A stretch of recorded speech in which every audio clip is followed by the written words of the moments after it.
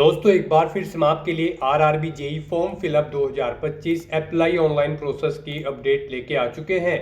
किस तरह से आप आरआरबी रेलवे जूनियर इंजीनियर के 2569 खाली पदों के लिए अपने फॉर्म अप्लाई कर सकते हो। स्टेप बाय स्टेप कंप्लीट जानकारी आपको इस वीडियो में दी जाएगी। ऑनलाइन आवेदन करने का आपके पास सुनहरा और बड़ा अवसर है। आप जल्द से जल्द अपना फॉर्म अप्लाई कर ले। फॉर्म अप्लाई आप मोबाइल फ़ोन, टैबलेट या फिर लैपटॉप किसी भी डिवाइस के द्वारा कर सकते हो। सेम तरह से आपका फॉर्म भरा जाएगा, बस लुकिंग इंटरफेस चेंज हो जाएगा। आवेदन करते समय अगर आपके सामने कोई भी टेक्निकल डिफिकल्टी आ रही है तो उसका हल भी आपको इस वीडियो में मिल जाएगा। फॉर्म अप्लाई करते समय आपको कुछ महत्वपूर्ण बातों को इंग्लिश या फिर हिंदी में ध्यान में रखना होगा, तभी आपका फॉर्म सक्सेसफुली सबमिट हो पाएगा। आवेदन करते समय आपको कोई भी ऐसी गलती या फिर मिस्टेक नहीं करनी होगी जिसको करने से आपका फॉर्म रिजेक्ट हो सकता है। फॉर्म अप्लाई करते समय आप अपना रजिस्ट्रेशन किस प्रकार से करोगे, कैसे वेरिफिकेशन करोगे, किस तरह से आपको अपनी पोस्ट या जोन प्रेफरेंस देनी होगी, लाइव फोटो कैप्चर आपको कैसे करना होगा, डॉक्यूमेंट सिग्नेचर कैसे और कितने केबी में आप अपलोड करोगे, फीस पेमेंट करते हुए रजिस्ट्रेशन से लेकर प्रिंट तक आपको किस प्रकार से अपना फॉर्म अप्लाई कर लेना होगा। कंप्लीट डिटेल के लिए आपको वीडियो शुरू से लेकर एंड तक बिना स्किप किए हुए देखनी होगी। इस वीडियो को पूरा देखने पर ही आपके सभी सवाल और डाउट क्लियर होंगे। तो चलिए दोस्तों बिना कोई वक्त गंवाए शुरू करते हैं आरआरबी जेई फॉर्म फिलअप की पूरी जानकारी। फॉर्म भरने से पहले आपको सबसे पहले हमारी वेबसाइट IND सरकारी नौकरी के पेज पर विजिट करना होगा, जिसका लिंक आपको नीचे description plus first comment box में मिल जाएगा। और हमारे इस पेज पर विजिट करके आप यहां से आरआरबी जेई का फॉर्म अप्लाई कर सकते हो। Indian railway, railway recruitment board, भारतीय रेलवे, आरआरबी की ओर से junior engineer JE, depot material superintendent, chemical and metallurgical assistant की पोस्ट निकाली गई है। 2569 वैकेंसीज है। लास्ट डेट ऑनलाइन आवेदन करने की 30 नवंबर 2025 है। 35,400 सैलरी है प्रति माह के लिए। इंजीनियरिंग डिप्लोमा डिग्री से आप अप्लाई कर सकते हो। 18 से 33 वर्ष आयु सीमा है। 500 रुपये फीस है, इसमें 400 रिफंड कर दी जाएगी। SC/ST फीमेल के लिए 250 है, जो कि टोटल रिफंड कर दी जाएगी। ऑनलाइन मोड से आप फीस पेमेंट करोगे। सिलेक्शन होगा इसमें computer based test, CBT document verification और मेडिकल एग्जामिनेशन के आधार पे। ऑनलाइन आप ऑल इंडिया से अप्लाई कर सकते हो। indianrailways.gov.in इसकी ऑफिशियल वेबसाइट है। अप्लाई आप rrbapply.gov.in पोर्टल के द्वारा कर सकते हो। इंपोर्टेंट लिंक सेक्शन के अंतर्गत इंग्लिश नोटिफिकेशन PDF या फिर हिंदी नोटिफिकेशन PDF लिंक पर क्लिक करके आप इसकी इंग्लिश में या फिर हिंदी में PDF डाउनलोड कर सकते हो, जिसके अंतर्गत आपको कंप्लीट डिटेल देखने को मिल जाएगी। जैसे कि यहाँ पर आपकी आवेदन करने की डेट क्या रहने वाली है, कब से कब तक आप अपने फॉर्म भरोगे, क्या यहाँ पर सैलरी डिटेल है, एज लिमिट और टोटल वैकेंसीज की इन्फॉर्मेशन। कुछ इंपॉर्टेंट इंस्ट्रक्शंस आपको यहाँ पर दे दिए गए हैं जो आप अप्लाई करने से पहले रीड आउट कर ले। एज लिमिट किस कैटेगरी के लिए कितनी आयु सीमा में रिलैक्सेशन दी जा रही है, क्वालिफिकेशन के साथ में फीस पेमेंट की जानकारी आपको यहाँ पर दे दी गई है। फॉर्म अप्लाई करते हुए आपको किस प्रकार से अपना लाइव फोटो कैप्चर करना होगा, किस तरह से डॉक्यूमेंट सिग्नेचर अपलोड करने होंगे, एग्जामिनेशन पैटर्न आपका क्या रहेगा, सब्जेक्ट वाइज आपको पूरा सिलेबस भी यहाँ पर डिटेल में प्रोवाइड करा दिया गया है। साथ ही साथ दोस्तों इसी PDF में आपको वैकेंसीज के साथ साथ में क्वालिफिकेशन की डिटेल दे दी गई है। यहाँ पर आपको अलग अलग डिसिप्लिन के लिए पोस्ट वाइज क्वालिफिकेशन की कंप्लीट जानकारी दे दी गई है। आप यहाँ से क्वालिफिकेशन चेकआउट कर ले। उसके बाद में आरआरबी जोन वाइज आपको वैकेंसीज यहाँ पर दे दी गई कि जोन में किस पोस्ट के लिए, किस कैटेगरी के लिए कितनी वैकेंसीज निकली है। तो अप्लाई करने से पहले आपको नोटिफिकेशन की PDF पूरा पढ़ना अनिवार्य है। इसको पूरा पढ़ने से आपके सभी सवाल और डाउट क्लियर होंगे। PDF रीड आउट करने के बाद में आपको अप्लाई ऑनलाइन के इस लिंक पर क्लिक करना होगा, तो आपके सामने ऑनलाइन आवेदन करने का ये ऑफिशियल पोर्टल ओपन हो जाएगा। गाइस यहाँ पर अगर आपने इस पोर्टल के थ्रू पहले भी रेलवे की किसी भर्ती के लिए अप्लाई कर रखा है तो आपने यहाँ पर अपना अकाउंट क्रिएट कर रखा होगा। तो यहाँ पर बस अब आपको लॉगिन करना है। लॉगिन की स्टेप पर क्लिक करते हुए और अपना फॉर्म अप्लाई करना है। लॉगिन की स्टेप पर आप जब क्लिक करेंगे आपके सामने लॉगिन करने के लिए 2 ऑप्शन शो होंगे।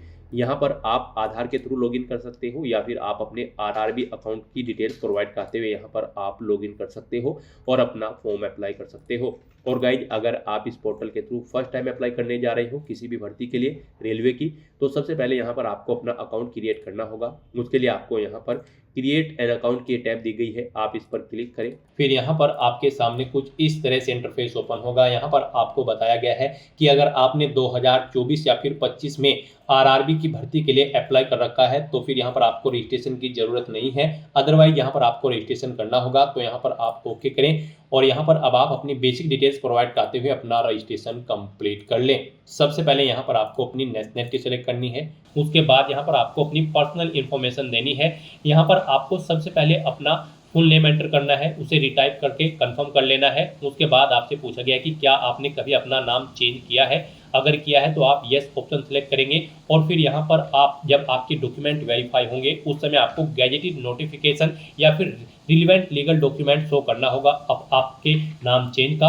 और अगर आपने कभी नाम चेंज नहीं किया है तो सिंपली यहाँ पर आपको नो ऑप्शन सेलेक्ट करना है।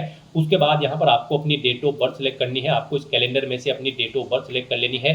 फिर यहाँ पर आपको अपनी डेट ऑफ बर्थ टाइप करनी है DDMMYY फॉर्मेट में। यहाँ पर आपको पहले डे एंटर करना है, फिर आपको स्लैश मंथ एंटर करना है, फिर स्लैश देके आपको अपना ईयर यहाँ पर एंटर कर देना है। आपकी 10वीं की मार्कशीट के अकॉर्डिंग यहाँ पर आपकी डेट ऑफ बर्थ होनी चाहिए। उसके बाद यहाँ पर आपको अपना जेंडर सेलेक्ट करना है, उसे दोबारा से रीसेलेक्ट करना है कंफर्मेशन के लिए। फिर आपको अपने फादर का नाम यहाँ पर एंटर करना है, उसे भी रिटाइप कर देना है। मदर का नाम एंटर करना है, उसे भी रिटाइप कर देना है। उसके बाद यहाँ पर आपको अपनी कॉन्टैक्ट डिटेल देनी है। यहाँ पर आपको कॉन्टैक्ट डिटेल में सबसे पहले आपको अपना ईमेल एड्रेस एंटर करना है, फिर आपको अपना मोबाइल नंबर एंटर करना है और उनके बाद आपको जनरेट ईमेल ओटीपी और जनरेट मोबाइल ओटीपी के ऑप्शन पर क्लिक करना है। उसके बाद आपके ईमेल एड्रेस और मोबाइल नंबर पर 6 डिजिट के 2 ओटीपी आएंगे। वो ओटीपी आपको यहाँ पर एंटर करके अपना मोबाइल नंबर और ईमेल आईडी को वेरीफाई कर लेना है। उसके बाद गाइज यहाँ पर आपको अपना वेरिफिकेशन करना है।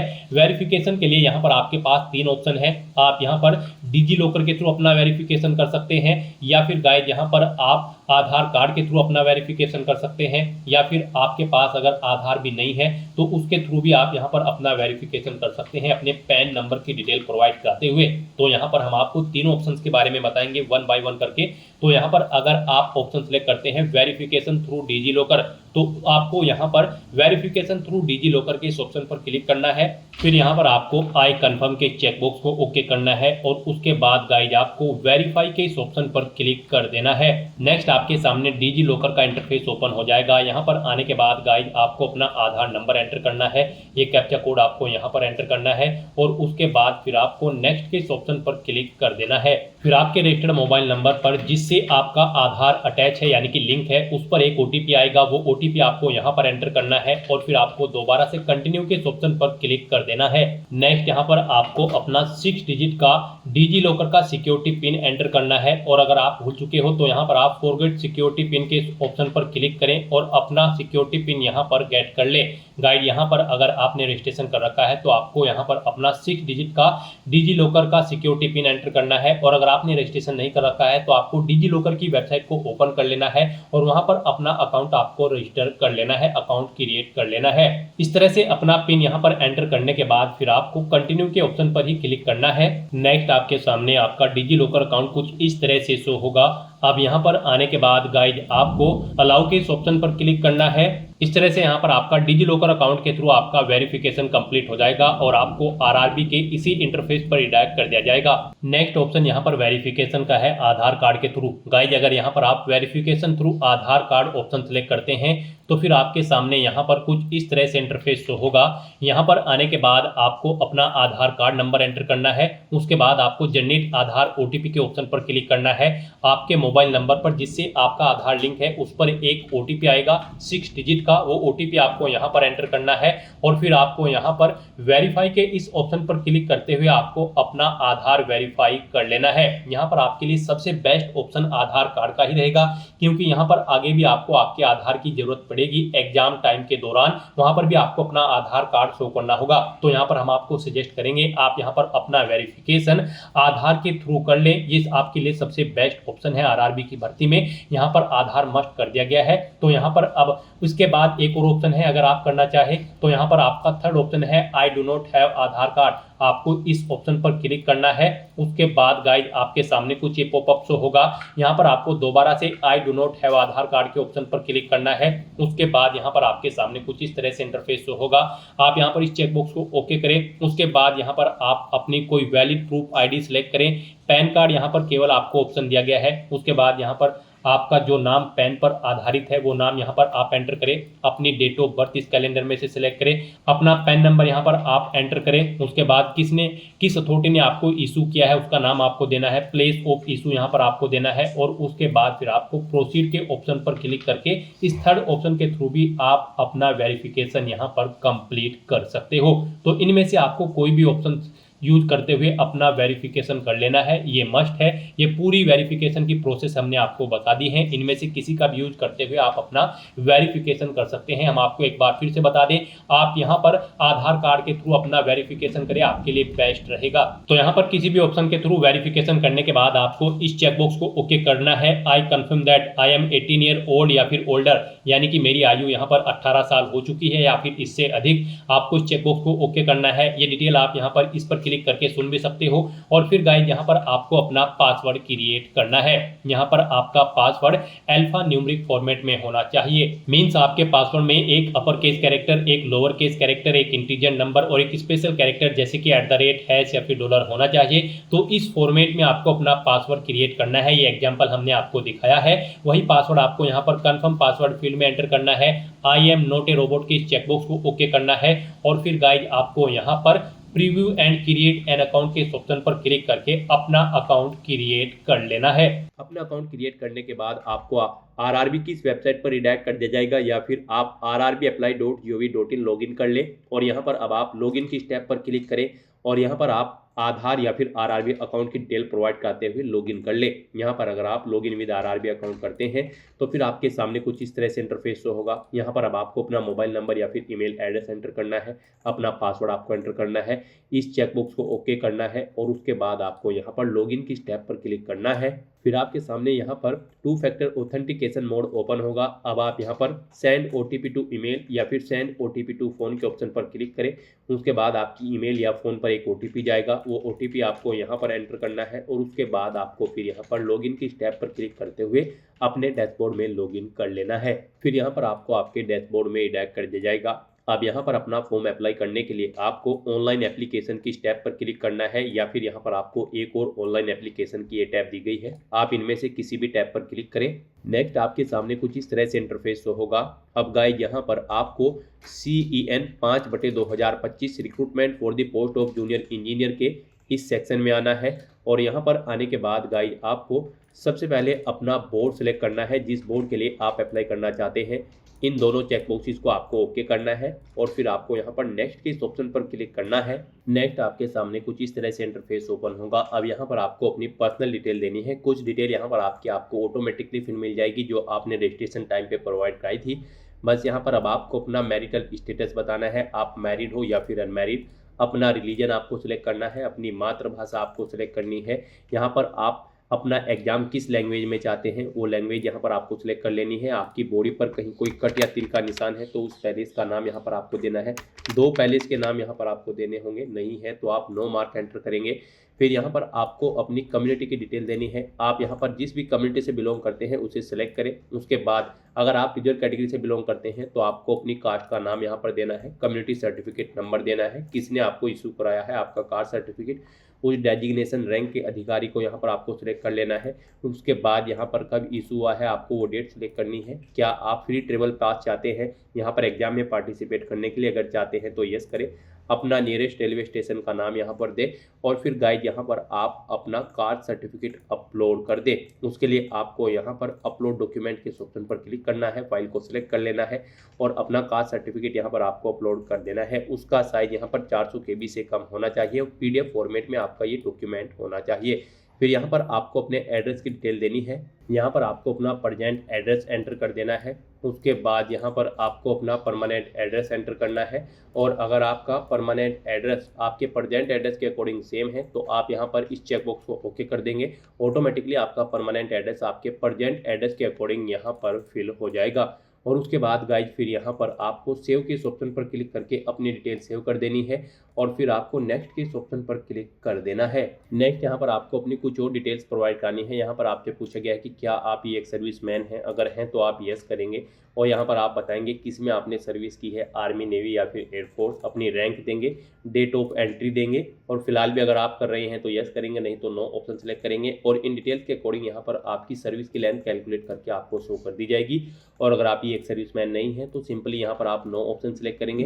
फिर आपसे पूछा गया है कि क्या आप पर्सन विद बेंचमार्क डिसेबिलिटी यानी कि PWBD कैंडिडेट हैं, अगर हैं तो आप यस करेंगे। डिसेबिलिटी कैटेगरी अपनी सिलेक्ट करेंगे, सब डिसेबिलिटी कैटेगरी सिलेक्ट करेंगे। उसके बाद यहाँ पर आप अपनी डिसेबिलिटी की परसेंटेज देंगे, कितने % आपको डिसेबिलिटी है। PWBD सर्टिफिकेट का नंबर आपको देना होगा, कब इशू हुआ है वो डेट आपको सिलेक्ट करनी होगी और फिर यहाँ पर आपको अपना UDID नंबर देना होगा। और अगर आप यहाँ पर PWBD कैंडिडेट नहीं है तो आप सिंपली नो ऑप्शन सेलेक्ट करेंगे। फिर यहाँ पर आपसे पूछा गया कि क्या आपको एग्जाम टाइम के दौरान स्क्राइब की जरूरत पड़ेगी, अगर पड़ेगी तो आप यस करेंगे। आई अंडरस्टैंड एंड आई रीड के इस ऑप्शन पर क्लिक करेंगे इन डिटेल्स को रीड आउट करने के बाद और फिर यहाँ पर आपको बताना है यस, आपको एक बार फिर से ऑप्शन सेलेक्ट करना होगा और फिर I understand and I agree के इस ऑप्शन पर क्लिक करना होगा। और अगर आपको स्क्राइब की जरूरत नहीं है तो आप सिंपली यहाँ पर नो ऑप्शन सेलेक्ट करेंगे। उसके बाद यहाँ पर आपसे पूछा गया है कि क्या आप इकोनॉमिकली बैकवर्ड क्लास से हैं, अगर हैं तो आप यस करेंगे और फिर यहाँ पर आप उसकी डिटेल प्रोवाइड कराएंगे। यहाँ पर आपके पास किस टाइप का डॉक्यूमेंट है जो शो करेगा कि आप यहाँ पर इकोनॉमिकली बैकवर्ड क्लास से हैं। EBC सर्टिफिकेट है, इज्जत MST इशूड है या फिर BPL कार्ड है, आप ऑप्शन सेलेक्ट करें। किसने आपको इशू कराया है ये डॉक्यूमेंट वो यहाँ पर आपको सिलेक्ट करना है। अपना सर्टिफिकेट का नंबर देना है, कब इशू हुआ है वो डेट आपको सिलेक्ट करनी है। और अगर आप EBC कैंडिडेट नहीं है तो सिंपली यहाँ पर आप नो ऑप्शन सेलेक्ट करेंगे। उसके बाद यहाँ पर आपसे पूछा गया है कि क्या आप रेलवे में सर्विस करते हैं, अगर करते हैं तो आप यस ऑप्शन सेलेक्ट करेंगे। और उसके बाद गाइज फिर यहाँ पर आप बताएंगे कि क्या आपके पास NOC है कंट्रोलिंग ऑफिसर की, यहाँ पर आप यस या नो करें। अपनी कैटेगरी सिलेक्ट करें, किस कैटेगरी में आप कार्यरत है रेलवे की। उसके बाद प्लेस ऑफ वर्किंग डे, अपनी यहाँ पर यूनिट या जोन सेलेक्ट करें जिसमें आप कार्यरत हैं। और गाइज अगर आप यहाँ पर रेलवे में कार्यरत नहीं है तो आप सिंपली नो ऑप्शन सेलेक्ट करेंगे। फिर यहाँ पर आपसे पूछा गया है कि क्या आप करंट में एम्प्लॉय हैं, यहाँ पर किसी सेंट्रल गवर्नमेंट, स्टेट गवर्नमेंट या फिर पब्लिक सेक्टर अंडरटेकिंग्स में, अगर हैं तो आप ऑप्शन सेलेक्ट करें और उसकी डिटेल यहाँ पर आप प्रोवाइड करा दें। यानी कि यहाँ पर आपको ऑर्गेनाइजेशन का नाम देना होगा, कब से कब तक आप कार्यरत थे या फिलहाल भी आप कार्यरत है वो यहाँ पर आपको बताना होगा। और गाइज अगर आप फिलहाल यहाँ पर करंट में एम्प्लॉय नहीं है तो आपको सिंपली यहाँ पर नॉट एप्लीकेबल ऑप्शन सेलेक्ट करना है। फिर यहाँ पर आपको अपनी बैंक डिटेल प्रोवाइड करनी है फीस रिफंड के लिए। यहाँ पर आपको अपना नाम एंटर करना है, अकाउंट होल्डर का नाम। फिर यहाँ पर आपको अपना बैंक अकाउंट नंबर एंटर करना है, उसे एक बार फिर से एंटर करके कंफर्म कर लेना है। यहाँ पर फिर आपको अपने बैंक का FSC कोड एंटर करना है, कंफर्म के इस ऑप्शन पर क्लिक करना है। फिर आपके बैंक का नाम और एड्रेस यहाँ पर ऑटोमेटिकली फैच करके आपको शो कर दिया जाएगा। इस तरह से अपनी डिटेल प्रोवाइड करने के बाद गाइज फिर आपको सेव के इस ऑप्शन पर क्लिक करके अपनी ये सभी डिटेल सेव कर देनी है और फिर आपको नेक्स्ट के इस ऑप्शन पर क्लिक करना है। नेक्स्ट यहाँ पर आपको अपनी एजुकेशनल क्वालिफिकेशन की डिटेल प्रोवाइड करनी है। सबसे पहले यहाँ पर आपको अपनी 10वीं क्लास की डिटेल प्रोवाइड करनी होगी। इस भर्ती में पार्टिसिपेट करने के लिए आपके पास इंजीनियरिंग डिग्री या फिर डिप्लोमा होना रिक्वायर्ड है। तो यहाँ पर सबसे पहले आप 10वीं क्लास की डिटेल प्रोवाइड करें। यहाँ पर आप स्पेल्सिंग के ऑप्शन पर क्लिक करेंगे और यहाँ पर आप अपनी 10वीं क्लास की डिटेल प्रोवाइड कराएंगे। अगर पहले से दे रखी है तो आप इसे अपडेट कर सकते हैं। यहाँ पर गाइज आपको अपनी क्वालिफिकेशन का टाइप सेलेक्ट कर लेना है। उसके बाद आपको स्टेट सेलेक्ट करना है, जिस स्टेट से आपने अपनी 10वीं क्लास पास आउट की है। क्वालिफिकेशन में आपको मैट्रिकुलेशन/SSLC सेलेक्ट करना होगा।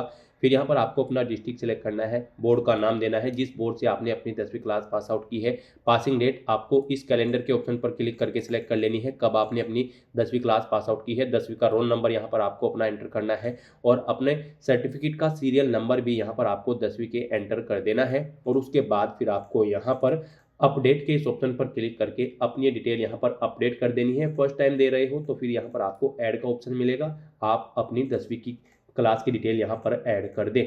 और उसके बाद फिर गाइड यहाँ पर आपको अपनी डिग्री या फिर डिप्लोमा की डिटेल प्रोवाइड करनी है। यहाँ पर आपने डिग्री कर रखी है इंजीनियरिंग की या फिर बैचलर ऑफ साइंस के आपके पास डिग्री है या फिर आपके पास 3 साल का डिप्लोमा है इंजीनियरिंग का, आप अपने अकॉर्डिंग ऑप्शन सेलेक्ट करेंगे और उसकी डिटेल प्रोवाइड कराएंगे। जैसा कि हम आपको ऑलरेडी बता चुके हैं, इस भर्ती में पार्टिसिपेट करने के लिए जेई की इस पोस्ट पर अप्लाई करने के लिए आपके पास इंजीनियरिंग की डिग्री या फिर डिप्लोमा होना जरूरी है। तो यहाँ पर आप अपने अकॉर्डिंग ऑप्शन सेलेक्ट करें। मान लीजिए अगर आपके पास इंजीनियरिंग की डिग्री है तो आप degree in engineering option select करेंगे। उसके बाद यहाँ पर आप डिसिप्लिन सेलेक्ट करेंगे, जिस डिसिप्लिन के अंतर्गत आपके पास यहाँ पर इंजीनियरिंग की डिग्री है। उसके बाद यहाँ पर आपको कोर्स का नाम देना होगा जो कि आपके सर्टिफिकेट पर है। फिर यहाँ पर आपको अपना स्टेट सेलेक्ट करना होगा, जिस स्टेट से आपने अपनी इंजीनियरिंग डिग्री की है। डिस्ट्रिक्ट सेलेक्ट करना है उसका। फिर यहाँ पर आपको यूनिवर्सिटी का नाम देना है, जिस यूनिवर्सिटी से आपने अपनी ये डिग्री पास आउट की है। फिर आपको पासिंग डेट यहाँ पर सिलेक्ट कर लेनी है अपनी डिग्री या फिर डिप्लोमा की, जब आपने पास आउट की है। अपनी परसेंटेज यहाँ पर आपको एंटर करनी है, कितने परसेंट मार्क्स आपने इसमें ऑब्टेन किए हैं। इस तरह से अपने डिटेल प्रोवाइड करने के बाद फिर आपको ऐड के इस ऑप्शन पर क्लिक करके अपनी डिटेल ऐड कर देनी है। और फिर गाइस यहाँ पर आपको अपनी डिटेल सेव करते हुए नेक्स्ट के ऑप्शन पर क्लिक करना है। नेक्स्ट यहाँ पर आपको अपना फोटो और सिग्नेचर अपलोड करने हैं। यहाँ पर आपको फोटो कैप्चर करने के लिए 2 ऑप्शन दिए गए हैं। आप यहाँ पर डायरेक्टली कैप्चर लाइव इमेज के ऑप्शन पर क्लिक करें, अपने वेब कैमरा के थ्रू अपना लाइव फोटो कैप्चर कर लें, या फिर आप यहाँ पर capture live image from mobile के इस ऑप्शन पर क्लिक करें। आपके सामने यहाँ पर एक QR कोड शो होगा। इस QR कोड को आप अपने मोबाइल फोन से स्कैन करें। अपने मोबाइल फोन में आपने जो भी यहाँ पर QR कोड स्कैनर इंस्टॉल किया हुआ है उसके थ्रू आप इसे स्कैन करें। उसके बाद आपके मोबाइल फोन में आपको अपना RRB का अकाउंट लॉगिन करना होगा। अपने लॉगिन की डिटेल प्रोवाइड करते हुए आपको अपने डैशबोर्ड में लॉगिन कर लेना है और फिर वहां से आपको अपना फोटो लाइव कैप्चर करना है। फोटो कैप्चर करते समय आपको अपना फेस सर्कल में प्रॉपर वे में लाना है और अपनी आंखों को 2 या 3 बार ब्लिंक करना है। उसके बाद यहाँ पर आपका लाइव फोटो कैप्चर हो जाएगा आपके मोबाइल फोन से। यहाँ पर फोटो कैप्चर करते समय आपको कुछ जनरल इंस्ट्रक्शंस दिए गए हैं, आपको इन्हें रीड आउट कर लेना है। फोटो कैप्चर करते समय आपको सफेद कपड़े नहीं पहनने हैं और जिस स्थान पर आप अपना फोटो कैप्चर करेंगे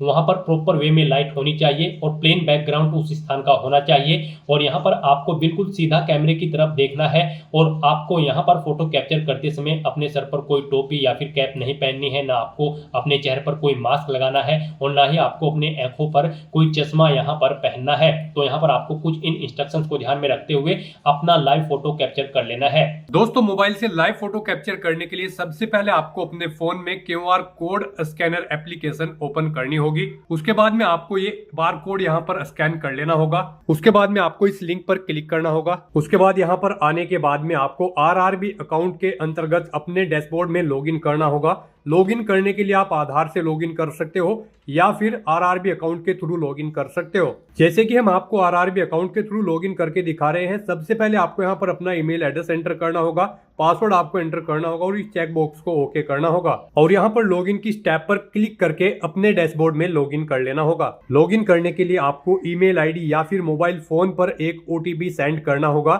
उसके लिए आपको यहाँ पर इस लिंक पर क्लिक करना होगा। OTP एंटर करने के बाद में आपको लॉगिन की स्टेप पर क्लिक करना होगा।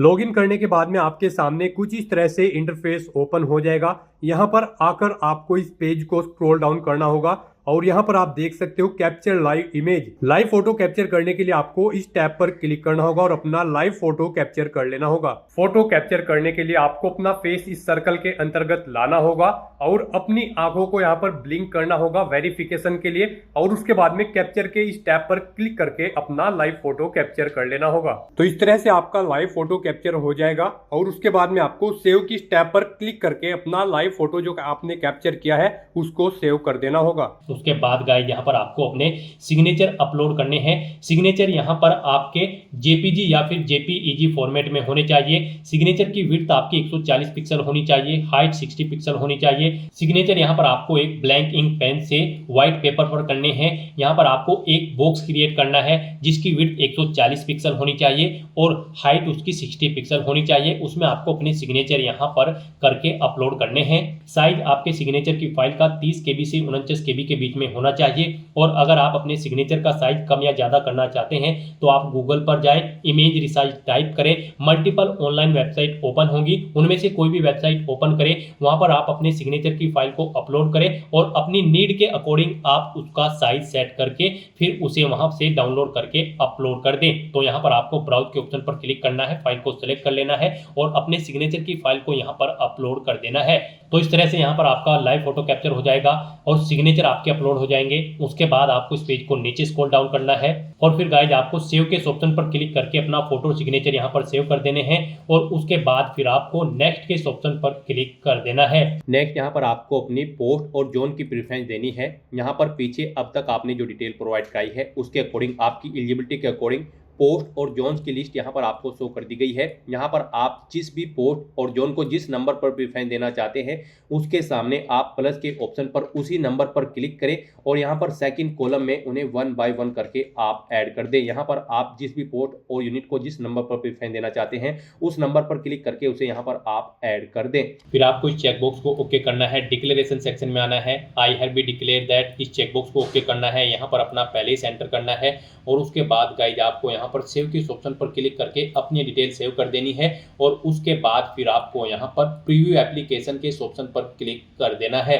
फिर यहाँ पर आपको आपके एप्लीकेशन फॉर्म का पूरा प्रीव्यू शो कर दिया गया है। आपको सभी डिटेल्स केयरफुली चेकआउट करनी है, पेज को नीचे स्क्रॉल डाउन करना है, इस चेकबॉक्स को ओके करना है। कहीं पर कोई मिस्टेक है तो आप एडिट के इस ऑप्शन पर क्लिक करके एडिट कर सकते हैं, नहीं तो यहाँ पर बस गाइड अब आपको सबमिट के इस ऑप्शन पर क्लिक कर देना है। नेक्स्ट यहाँ पर आपको अपना फीस पेमेंट करना है। यहाँ पर आपको आपकी कैटेगरी के अकॉर्डिंग एप्लीकेशन फीस का अमाउंट शो कर दिया जाएगा। रिजर्व कैटेगरी कैंडिडेट के लिए यहाँ पर 250 रुपये फीस है और अनरिजर्व कैटेगरी कैंडिडेट के लिए 500 रुपये फीस है।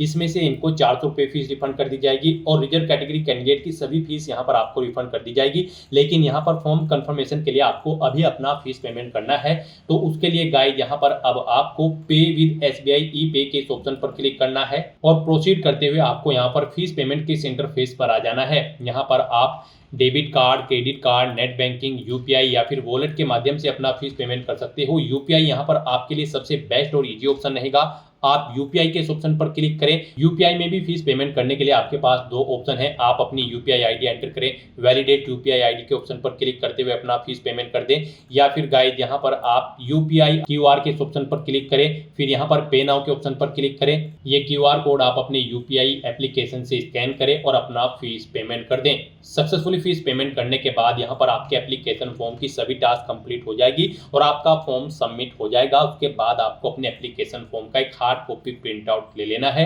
फ्यूचर यूज के लिए, फ्यूचर रेफरेंस के लिए, और फिर आप अपने डैशबोर्ड में भी जाकर चेकआउट कर सकते हो कि आपका फॉर्म सक्सेसफुली सबमिट हो चुका है या फिर नहीं। तो दोस्तों ऐसे आप RRB JEE की इस भर्ती के लिए अपने फॉर्म अप्लाई कर सकते हो बिना कोई मिस्टेक किए हुए। आज की इस वीडियो में बस इतना ही। आई होप ये वीडियो आपको पसंद आई होगी। अगर पसंद आई हो तो इसे लाइक और शेयर करें, चैनल पर नए हो तो इसे सब्सक्राइब कर लें। Thanks for watching.